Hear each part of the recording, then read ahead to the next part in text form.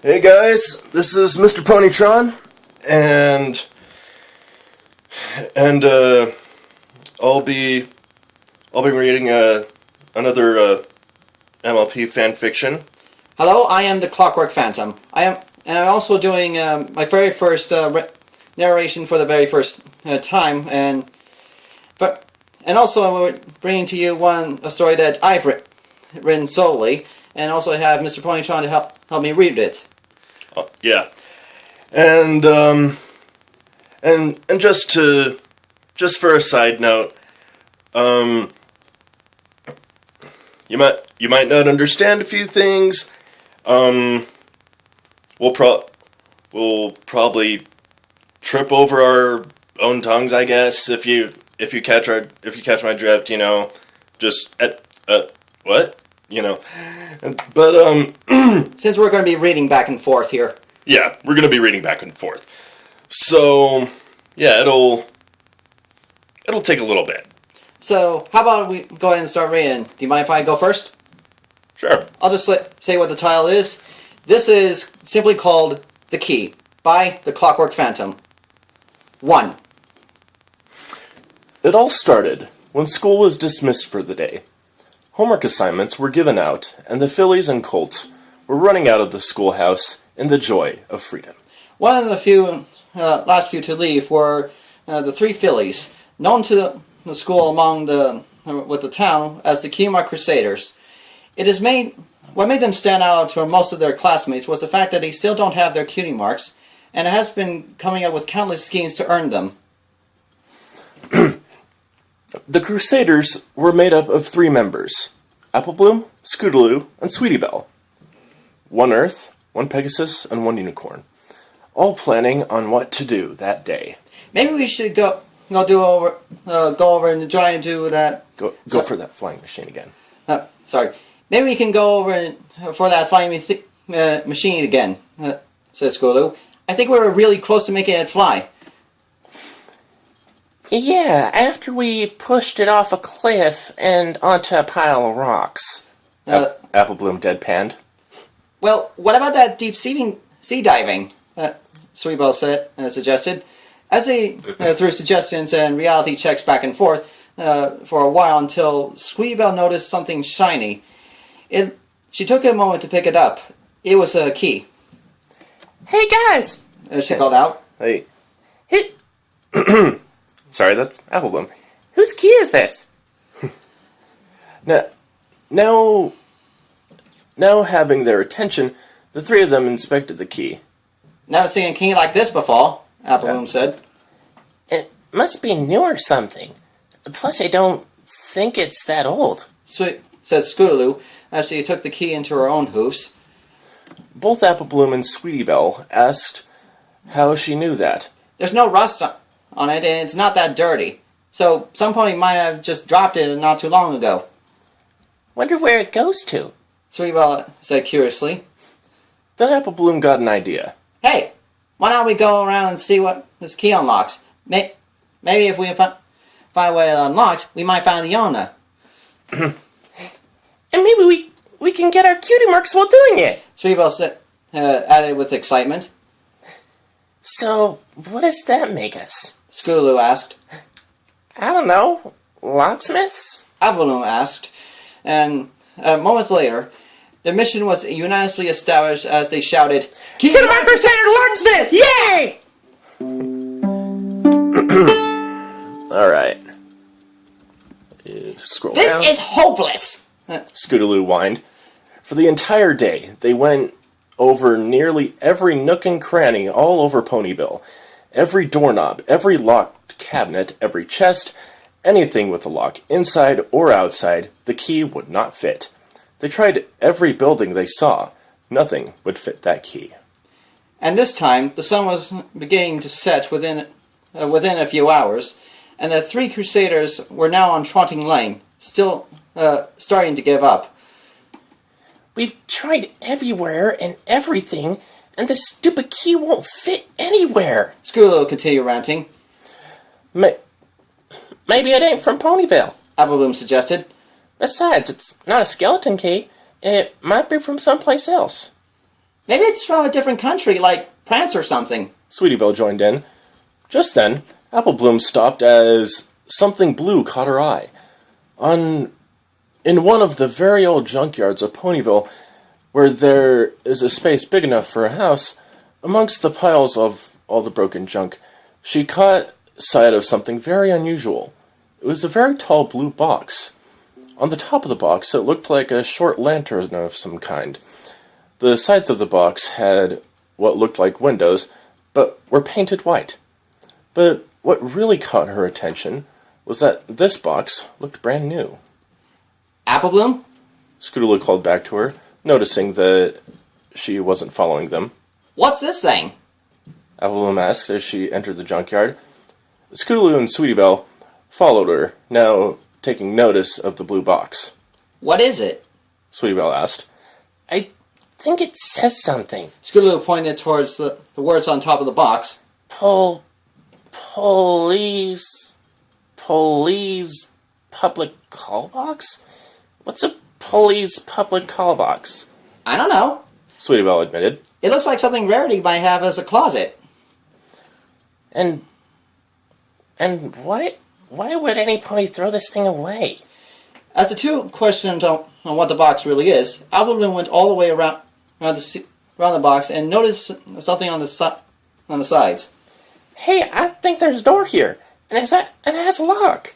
The other two joined Apple Bloom where they all saw the lock. Sweetie Belle, who had the key, placed it into the hole. Hey, fish! She cried, and using her teeth, she turned until a click can be heard. She tried pushing at the door, but it wouldn't open. Maybe we just need to push harder. Scootaloo said as she and the others pushed and shoved at the door.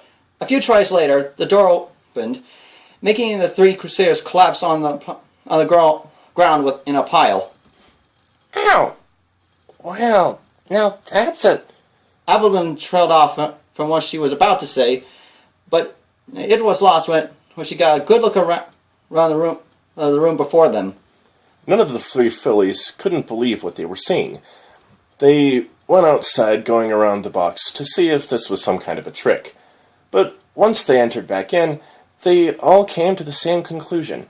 It's bigger. Sweetie Belle started. On the inside? Said Apple Bloom. And smaller on the outside? Scootaloo finished. How does that work? And who lives here anyways? Apple Bloom asked. Look at this place. It looks like something that some fancy science fiction comics that Scoot reads. This room had all sorts of strange machines and gadgets that none of the ponies had ever seen before. It was also a bit of a mess since there were parts laying about on the floor. As they approached the center of the room, there was a hexagon-like panel that was full of switches and buttons with a pillar of glass in the center. Flashes, lights, and screens that had circles. It was here that Sweetie Belle put the key down. What if this is some pony's house? Sweetie Belle asked. Hello? Any pony home? She cried out. To her surprise, they heard echoes, but there was no reply. I don't think anyone lives here. Scootaloo said, getting the idea while at it. In fact, girls, I think we found a new clubhouse. Totally! Sweetie Belle squeaked. Well, I guess no pony seems to live here. Plus, this place looks really cool. Said Apple Bloom. Then it's settled. This is our new clubhouse. The three fillies cheered, but their celebrations were cut short when two ponies entered through the open doorway. One was a stallion that the fillies had seen before. He was brown with a tie and an hourglass cue mark. The other was recognized immediately. She was the local male mare known as Ditsy-Doo, although some folks called her Derpy Hooves, with a blonde mane, derped eyes, and a grey coat with bubbles at her cue mark. Both of them had a look of surprise. Well, this is unexpected. The stallion said. Apple Bloom started. Sorry, is this y'all's house? Well, yes and no. The brown stallion said. But more importantly, how did you three get in here? Well, We found a key, mister, Sweetwell said, explained. We looked all over town to see where it might fit and trying to give it back to its owner. Oh! The mailmare said while giving herself a face hoof. At least we know where my key went. Say, how about we just give you your key back and we'll just go? Scootaloo said, turning to Sweetie Belle. So, where's the key? I put it over there. Sweetwell said, pointing towards the control panel. I'll get it. But just before she was near the hexagon-shaped control panel, she tripped over on a part. She tried to catch her balance, but her four hooves landed on the control panel, hitting a few buttons and switches along the way. The door that they came in closed, and the machine in the very center of the room sprang to life, making a sound that something between a siren and a growl. Sweetie Belle fell backward onto the floor. Sweetie Belle! Apple Bloom cried. What did you do? I don't know! She cried back. Let's get out of here! The three panicked fillies made a mad gallop over to the door and tried to force it open. Meanwhile, the stallion went up to the control panel to stop the machine. A moment later, this machine stopped with a low-pitched ring. No need to panic, everyone, he said. I've got it all under... But the fillies were nowhere to be seen. Miss Hooves, where did the children go? They left as soon as it landed. Doctor, don't we need to go after them? Let me see. He looked over at the screens. Planet Earth, that's good. A country, Equestria, still good. A city, Ponyville, very good. Yet, that's not good. Miss Hooves, we need to go find them. Now.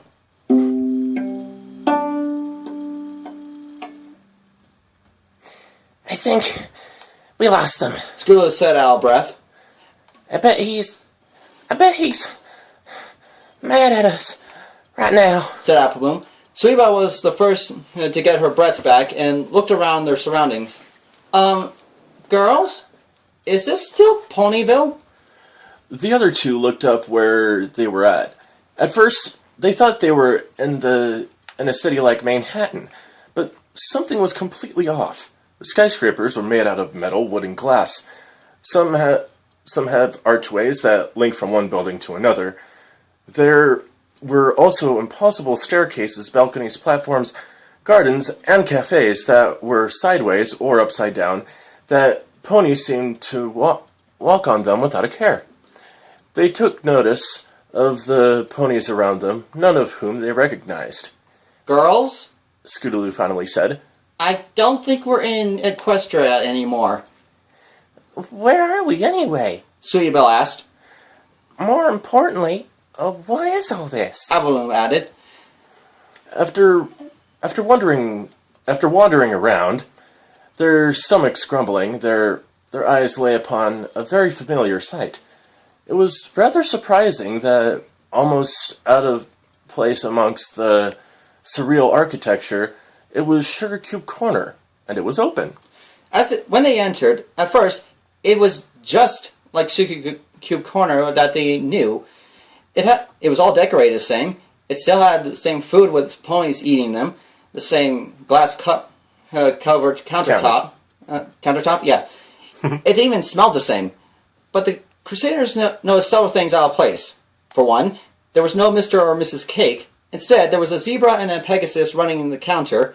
Not only that, but the menu was on display on a hologram. And finally, the cash register was gone.